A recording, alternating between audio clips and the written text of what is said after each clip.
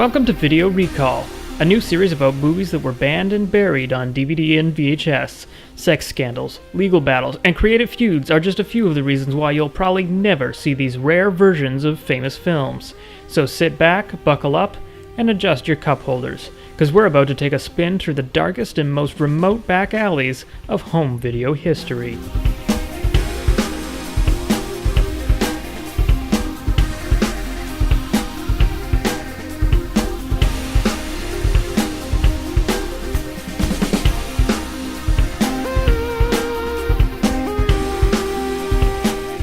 Baby Einstein. Baby's first DVD recall. There is a wonderful way for new parents to interact with their babies. Baby Einstein DVD. Notice how the Baby Einstein brand has moved away from video entertainment for toddlers and more into physical toys and merchandise?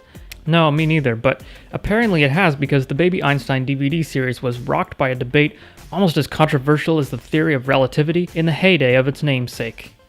I mean, like that, but just completely idiotic and trivial in comparison.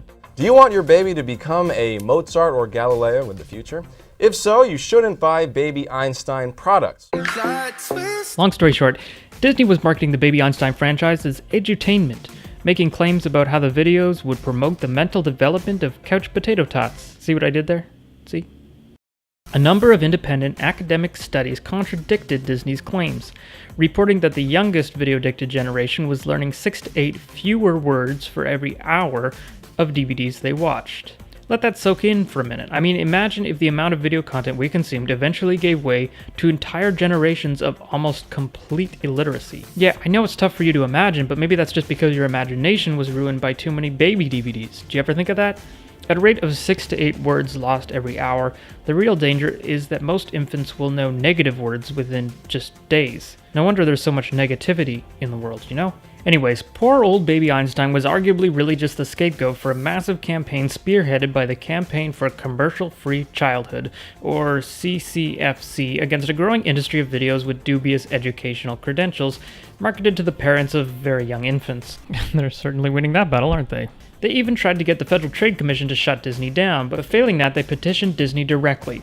Between the pressure from the CCFC and the potential of an FTC ruling, Disney said WTF NBD and just started a refund program buying DVDs back from disgruntled parents, while also questioning the scientific methods employed by the studies that targeted them in the first place. It's not really clear if Disney actually pulled remaining inventory from store shelves, but they certainly toned down their scholarly claims and future branding. Well, the Baby Einstein brand earns the Disney Corporation hundreds of millions of dollars every year, but tonight it is dropping the word educational from its marketing. Eventually, it all washed out. The University of Washington researchers responsible for the most controversy were forced to pay $175,000 in back legal fees to the company, as several further studies concluded that videos for the under 2 set are neither beneficial or detrimental to the development of language skills.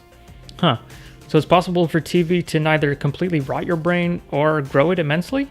What is this non-sensationalistic neutrality? Academically, legally, and commercially, Disney found themselves in a stalemate. But the damage to the brand had already been done, and the last of the 28 Baby Einstein DVDs was released in 2009. By then, Baby Einstein would actually be 13, so kind of more of a bratty tween Einstein, I guess.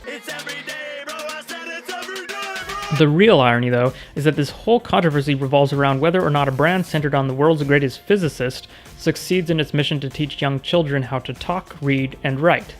Nothing's gonna make my kid a genius, you know? I mean, is Einstein really the best figurehead for such a program? Never mind the fact that he was a physicist, not a writer, but by most accounts, Einstein didn't talk until relatively late in life and expressed repeatedly that he struggled with memorizing words and spelling. A genius? Yes, absolutely. A baby's best friend in learning how to read by staring at a TV screen? Probably not. So has this made old Baby Einstein DVDs coveted collector's items on a lucrative black market? Sadly, no. But if you want to give your kid an early start in the joys of DVD collecting, what better intro than Baby's first DVD recall? I'm Joseph, and you've been watching Video Recall on Buzzcuts, a channel dedicated to unpopular culture and no-budget independent filmmaking. Be sure to like and subscribe, and stay tuned for more Video Recall. Thanks so much for watching.